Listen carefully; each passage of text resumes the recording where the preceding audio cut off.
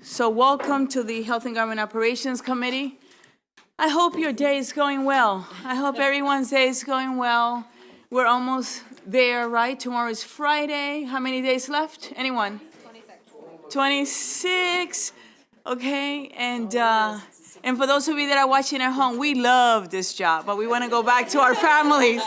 And then we're here Friday, Saturday we're here all day. There's going to be committee meetings tomorrow and voting on Friday and subcommittee meetings as well, maybe even Monday. So please plan on being here in Annapolis this weekend, okay? And I want to thank, that's right, and I thank all of you for being so kind and flexible with our schedules. So we're going to vote quickly because we don't have a lot, okay?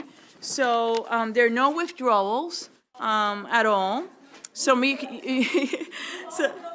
I know. So we have first, welcome to the vote list number 7. Today's Thursday, March the 16th, Health and Government Operations Committee. We are going to start with House Bill 48. That's Delegate Bagno. It is Maryland Medical Assistance Program Collaborative Care Model Services Implementation and Reimbursement Expansion. And that is favorable, and that's Aaron and Bagno. The bill repeals the Collaborative Care Pilot Program and requires the Maryland Department of Health to provide reimbursement for services provided in accordance with the Collaborative Care Model statewide in primary care settings that provide health care services to Medicaid recipients. All right, Delegate Bagno. Thank you, Madam Chair. This was unanimous. The Senate cross-file has already crossed into, it's already crossed third reader, and I would move the bill. It's been moved and second. Any discussion or concerns on this bill from anyone? Seeing none, all those in favor say aye. Aye. Any opposition? Seeing none, the bill passes. It's unanimous. We can't get on it because it's favorable. Let's go on to 261, and that is Public Projects, Global Warming Potential of Materials by Clean Maryland Act is favorable with amendment. It is Lindsay and Delegate Kerr. As introduced, this bill requires the Department of General Services by January 1st, 2025 to establish a maximum acceptable global warming potential for each category of cement or concrete mixture used in the construction of a public project. Beginning July 1st, 2025, state agencies must specify in each solicitation for a construction project the cement or concrete mixture that will be used in the project and the reasonable minimum usage thresholds below which the bill's requirements do not apply, and contractors may not install any cement or concrete mixture before they submit specified environmental product declarations. There are amendments that begin on page 1 in your packet, adopted in Government Operations Subcommittee, with one minor change suggested by the bill sponsor to also alter the short title of the bill. Otherwise, the amendments establish that an eligible project under the bill includes a capital project under the State High Performance Green Buildings Program, requires producers of eligible materials to submit environmental product declarations to DGS on or before December 31st, 2024, and requires DGS to analyze those declarations and assess global warming potential for eligible materials used in an eligible project. Alters from January 1st, 2025 to January 1st, 2026, the date by which DGS shall establish a maximum acceptable global warming potential for each category of eligible materials used in an eligible project, and also pushes the review date back by 1 year, establishes an Environmental Product Declaration Assistance Fund for 1 year and 6 months. The fund consists of money appropriated in the state budget, and the purpose of the fund is to award grants to producers of eligible materials to support the development, standardization, and transparency of environmental product declarations for construction materials and products, and moves the effective date for the portion of the bill requiring units to specify the eligible materials in a project and requiring current environmental product declarations or similar assessments for each eligible material back by 1 year to July 1st, 2026. Delegate Kerr. Thank you, Madam Chair. We had a robust discussion between Department of General Services and industry representatives. We agreed to remove the study on other materials with potential. And at the suggestion of Delegate Shalago, we are changing the bill's title. Wonderful. And that was not discussed in subcommittee, and so we're bringing that amendment to the full committee. Okay, wonderful. So do you want to move the amendments? It's been moved in second. Any discussion on the bill? No discussion, concerns? Oh, Delegate Chisholm? I had a lot of concerns with this bill, and I think DGS did, and I'll wrap it up this way. This is big business stomping out competition. In my opinion, the company that wrote this bill, and they wrote it like, we're the good guys, we're even gonna help out. But the small guys will tell you that they're gonna be hurt by this bill. And if there's one thing that bothers me, it's crony capitalism, and I don't like using government legislation to negatively affect competition. And that's just the way that I saw this bill, and I looked at it 100 different ways. And so I voted against it in subcommittee. Thank you. Delegate Kurt, would you like to reply, please?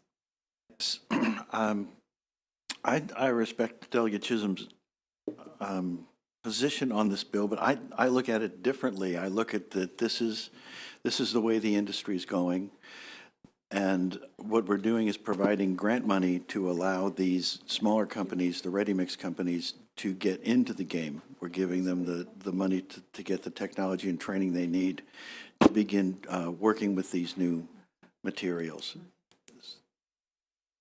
Go ahead. Appreciate that. The way that I also saw this, though, is some of the equipment that these companies that are going to get the grant money are going to need is going to be bought from Wholesome. They sell some of the equipment they were talking about, and I might be wrong on that, but that's the way it looked to me. And I'll take it in good faith that they're trying to help by giving the grant money, and hopefully it'll help them. And I always ask, if the industry's already going this way, then why do we need the legislation? The industry's going this way, but some of these ready-mix companies are not ready to go there. So what we're trying to do is assist them so that we can move everyone forward towards these lower carbon materials. Thank you, Madam Chair. My pleasure. I saw Delegate Chilega first, and then Johnson. Thank you, and to echo what Delegate Chisholm said, I have very deep concerns about small businesses within this industry being able to start. The 200,000 is great. It's going to run out. It's going to really consolidate. The big guys are fine with it. So on the record, I want to say thank you for putting the 200,000 in there to help those small businesses along. And also, thank you for changing the title. It's a much better title. Thank you. And we appreciate it, and we welcome anyone, any of you suggestions for titles and things like that, okay? Delegate Johnson. Thank you, Madam Chair, and all due respect to Delegate Chisholm. In the same subcommittee, I heard basically the opposite, that we do have $200,000 in a fund. It costs about $15,000 for each one of these small businesses to get up to compliance, where they can bid on jobs, where they can compete, and where they stay in the mix. It doesn't put them out of the game, it actually brings them and keeps them in the game. So for those reasons, and they also said that was enough money, the $200,000, to cover all the little guys that are in the game. So for those reasons, I supported the bill. I thought it was a good way to make sure that we did not cancel out and forget the little guys, which most of them are all local businesses and hire local. So I wanted to make sure that those folks were covered and we were not cutting them out. Thank you. Are there any other, Delegate Vandari? Yeah, thank you, Madam Chair. As we know that in 2022, we passed the Climate Solution Now Act. In order to reach that goal, I think we needed this bill, so I would happily support this bill. Any other concerns or questions?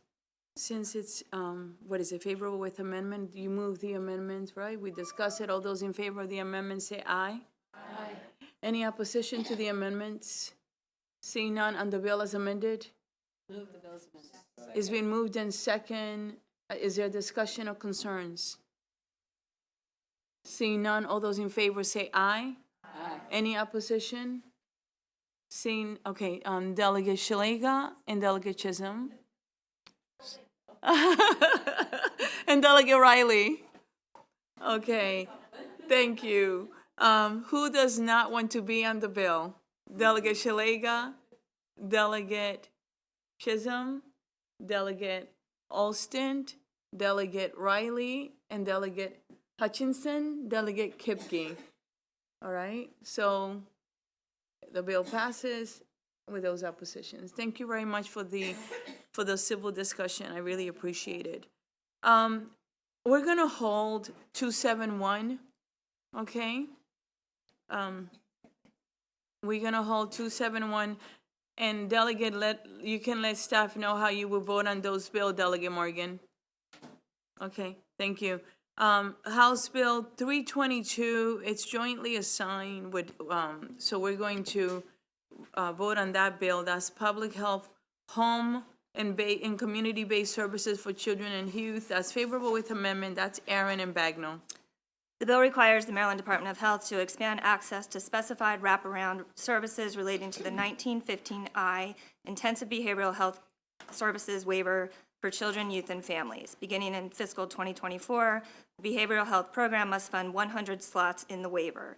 There are amendments in your packet that were adopted in the Public Health and Minority Health Disparities Subcommittee that strike language in the bill that would have required the department to expand eligibility criteria to ensure that all children who are Medicaid eligible could utilize the model, and it codifies a required report. Delegate Bagnell. Thank you, Madam Chair. This was a unanimous vote. It's passed third reader on the Senate side. Aaron, did you want to speak to what the Senate did before we vote on the amendments? In the bill, there's an annual report that was uncodified in the bill. What's been happening is we were told to codify annual reports just so it's clear within your codes and you see it every year. So it's just codifying an uncodified report. It doesn't change anything substantively. And the Senate did the same thing. Thank you. Do you want to move the amendments? I would like to move the amendments. Is there a second? It's been moved and second. Is there any concern or discussion on the amendments? All those in favor of the amendment say aye. Aye. Any opposition? Seeing none on the bill as amended. Is there a second? It's been moved and second. Any discussion on the bill as amended? All those in favor say aye. Aye. Any opposition? Who does not want to be on the bill?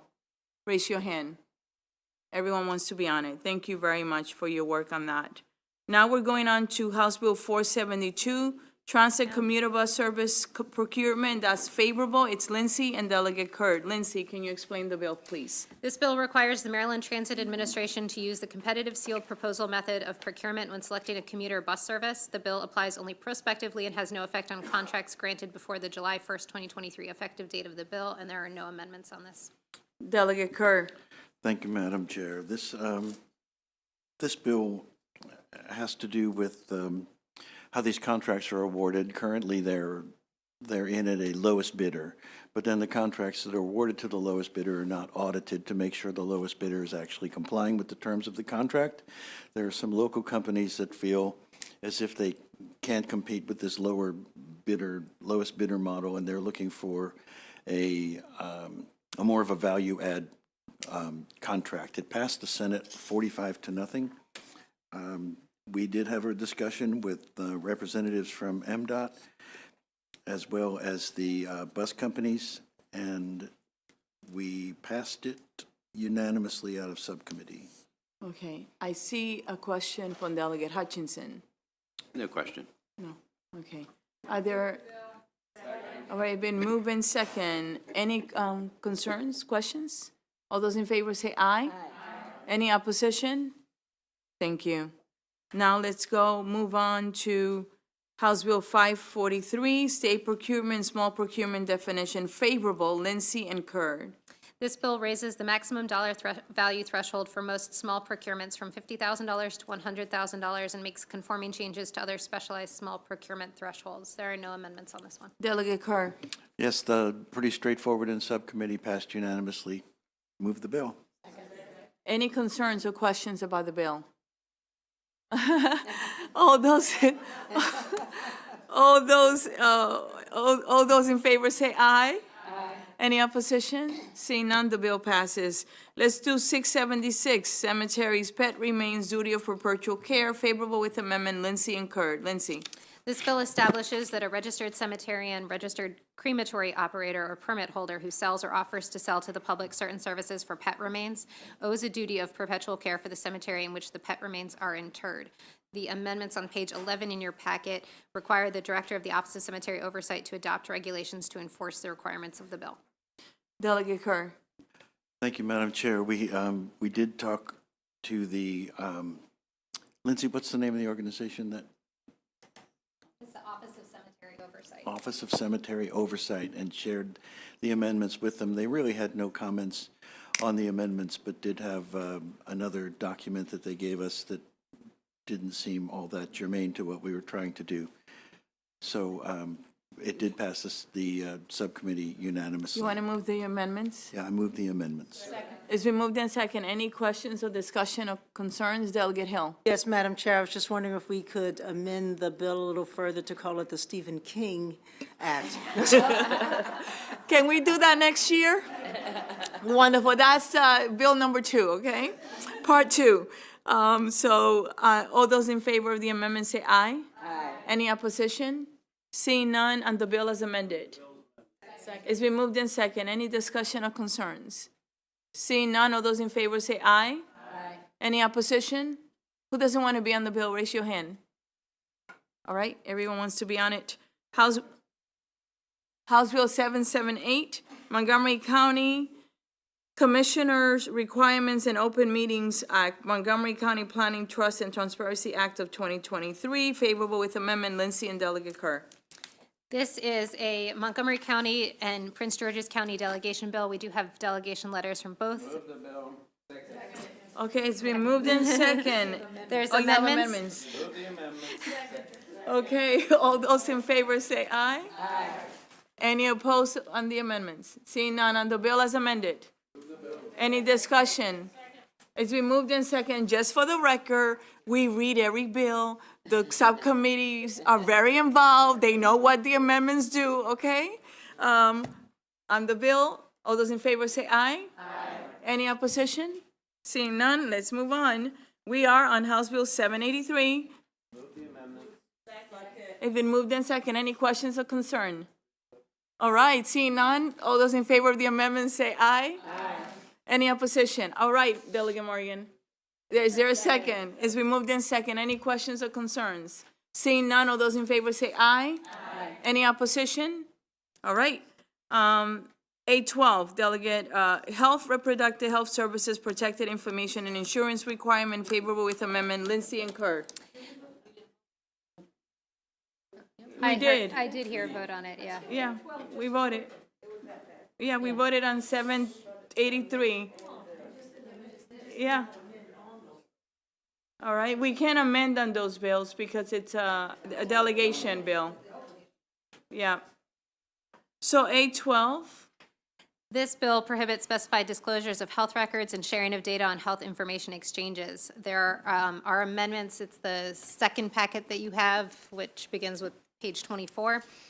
The amendments authorize a custodian to allow inspection of the part of a public record that contains identifying information of an individual related to an ambulatory surgical facility, related to the owner, primary contact, attorney, or consultant contained in an application to MHCC for a certificate of need or certificate of need exception or determination request, allows inspection of home addresses for licensees other than health occupations licensees, alters the definition of legally protected health care to specify that it includes all reproductive health services, medications, and supplies related to the provision of abortion care and other sensitive health services as determined by the Secretary of Health based on recommendations of the Protected Health Care Commission, and makes conforming changes throughout the bill, deletes from the bill the definition of protected medication record and defines the term sensitive health services to include reproductive health services other than abortion care, specifies that the section of the bill governing disclosures by health information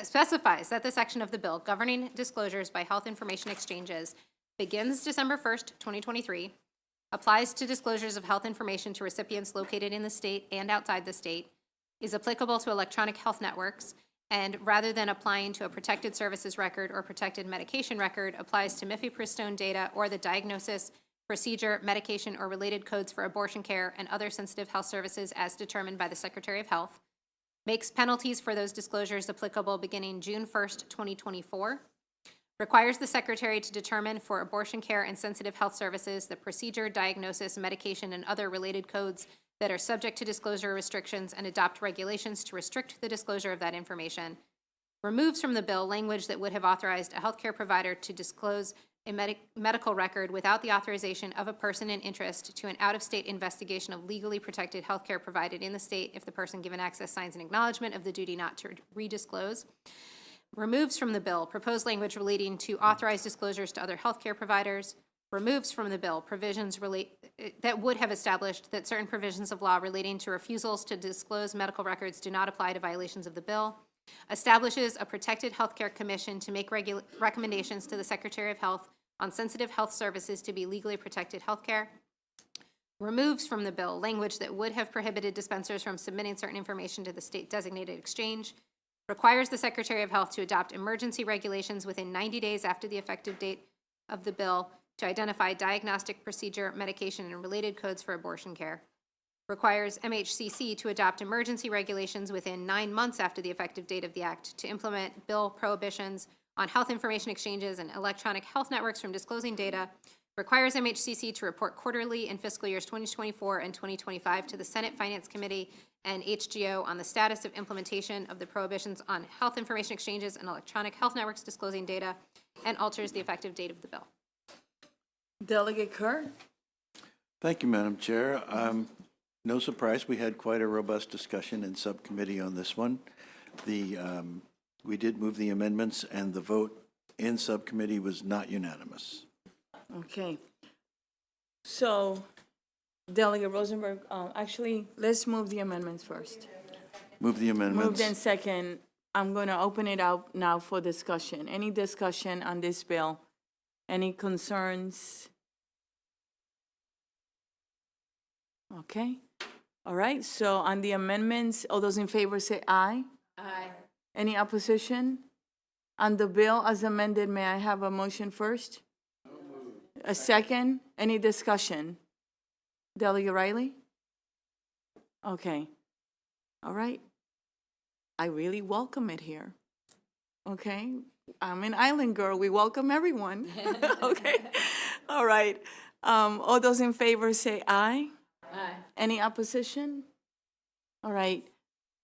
Delegate Shalega, Delegate Chisholm, Delegate Morgan, Delegate Kipke, Delegate Hutchinson, Delegate Riley.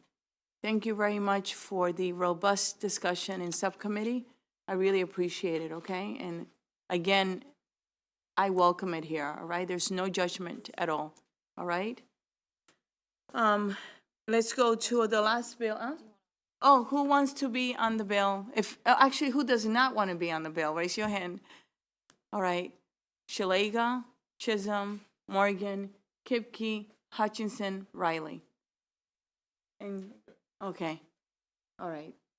So, let's go to House Bill 1176, the last bill for voting for now. Voluntary 911 Registry for Individuals Needing Special Assistance. Favorable with amendment. It is Lindsay and Kerr. Lindsay, can you tell us what the bill does in the amendments, please? This bill establishes a voluntary 911 registry program.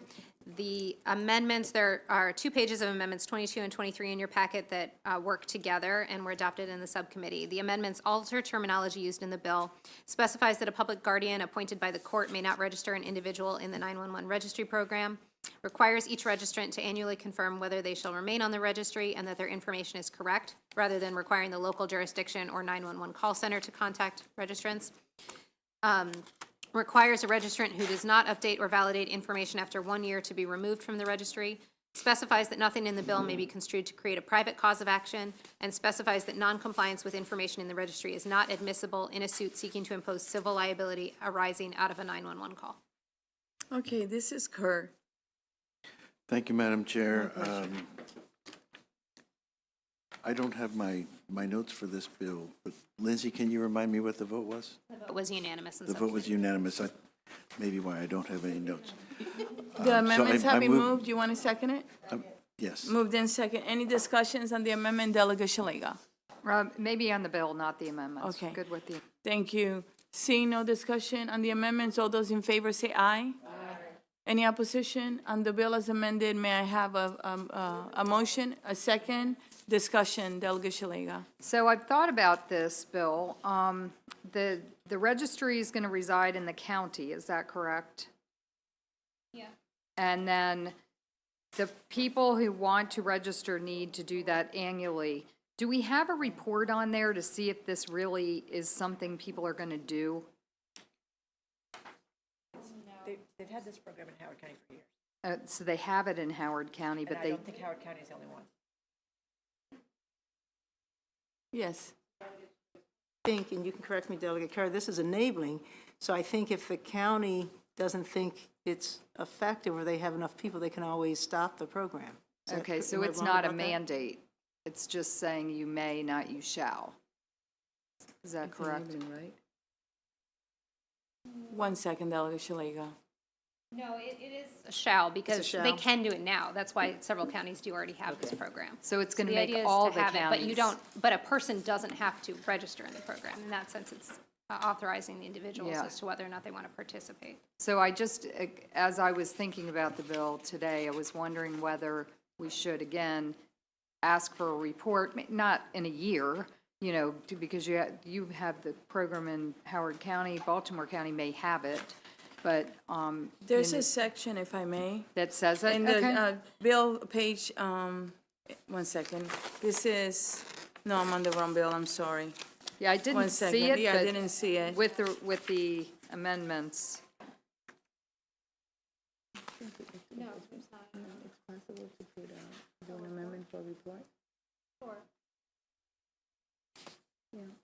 Do we hold it? Do we have to hold it, or can we vote on it conceptually? All right, so, Everyone's comfortable with it. so why don't we propose something? Why don't we put Lindsay, who's amazing, will draft an amendment that will have some reporting, just to see how it's working? Like in Once 5 it's years. implemented? Yeah, like 5 years from now. Yeah. Is this being used? You know, how often is it I mean, it sounds great if it's working in Howard Yeah. County, but some of our smaller counties, you know, Yeah. maybe it'll be fantastic. Can So- we vote on it conceptually? Sure. Okay? On the second page, it says the purpose of the program is to authorize individual adults, parents, or guardians. So does that mean they shall, or is that just authorizing them to? So it's authorizing the individuals to register on the Right. registry, but the county has to have it in order for Okay, them gotcha, to gotcha. be on Thank- it. And all right. like I said, some counties are already doing it now. The point of the bill is to require all the counties to have something like this. All right, thank you. And then on the report, just to clarify, so would you like individual reports from all the counties, or could maybe the state 911 board do one report to the General Assembly in 5 years? One having report. looked into this? One report, yes, but, in their report, they should indicate what, Yeah, you know, they can. this is working break great it in out Howard by- County. Break it There's- out by county. Right, there's, 2,000 people in Howard County, but, and it's been effective, or if not, then we should know that as well. Would you like a count of the number of registrants each year over the Sure. prior 5 years? And then I'm trying to quantify how you would know if it has been helpful, because you might have registrants and then there's never been a 911 call in relation to any of them. And Right. so I don't know how you would quantify whether or not it's been And effective. perhaps if we just know how many, and then we can go from there. And like I said, I would give it enough time for people to know it's there. Let me allow Delegate Hill, who lives in Howard County. Delegate Hill. Yeah, so I'm not As familiar with well the as program. I know we Delegate have to go. Gazzoni. So conceptually, if you want to report, I think what you really are asking is, over a period of years, are we seeing more people use it? Because we can't compare, and the only other question would be, how many are renewing every year? Because perhaps what we really want to look at is, do we have to require you to renew every year? At some point, we want to say, you can stay on it until you come off of it, because that's the burdensome piece, is every year you have to sign up again. Well, I will say that some of the disability advocates, I think, were in favor of that requirement to renew, so that. Right, but if we're going to do a report, we can look at How many people renewed? renew, right? So Okay. how many people sign up each year and how many renew? All right, we need to vote on because we need to go to the floor. Delegate Hutchinson. No chance of holding this? No. If you want to hold it, why? We're going to vote again tomorrow. You want us to vote on it tomorrow? If we could go hold for 24 hours, Yeah, I'd we'll like to hold it. understand it better. Yeah. Thank you. Yeah, and she's going to draft the amendment and we'll have it, okay? Thank you. So I want to say thank you so much for being here, and just give me 1 second quickly when we come off. We're coming back right after session for bill hearings, okay? And so make sure that we're all here for the bill hearings. And then I don't know if there are any meetings for your subcommittees as well. And I do want to tell you for these bills that we just did, I want to tell you who I gave the bills to. Can you take a pen quickly? I have 48, Delegate Bagnall. 261, Delegate Kerr. 271 is on hold, but it's going to be Kipke.